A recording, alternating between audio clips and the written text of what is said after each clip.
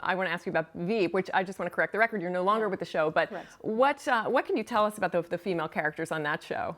Well, I think they're real, right? We all know these women and we all know these men. And I think that Armando created such a rich world of characters. And I think that's what was, when I was on Veep, what was great, and I'm sure it still happens for them, is that we were in DC, people will come out rushing over to the cast like they're the Beatles and say, I know I know a Jonah, I know a Gary, or, I think they're just really identifiable and human.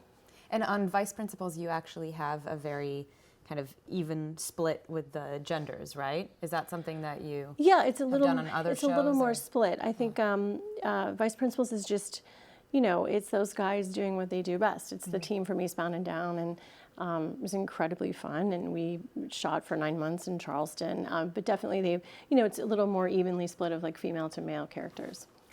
I have to ask you, as the former executive producer of a show that was about a really kind of satirical presidential candidate and president, what do you make of this current election campaign? I mean, is this life imitating art?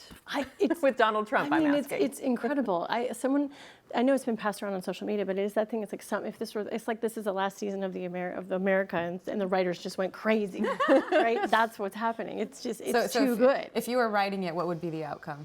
What would be the best possible outcome from like something like The Sopranos, where he's got a members-only jacket, and we don't know. We're just left to guess with a really great Journey song and send him off. Oh my God, that's great. And lastly, what about the prospect of having a female president? I mean, do you think that has a trickle-down impact on all fields, comedy, business, everything? It's going to be golden. Absolutely, right? It's so past time on all these levels. I think it's also why it was so important for me to create Pipe, because I wanted to do something actionable for women. There's a lot of people saying it's the year of the woman, or complaining about things not happening for women, and saying, let's go do something. Let's do something actionable. But definitely, it's time for a female president.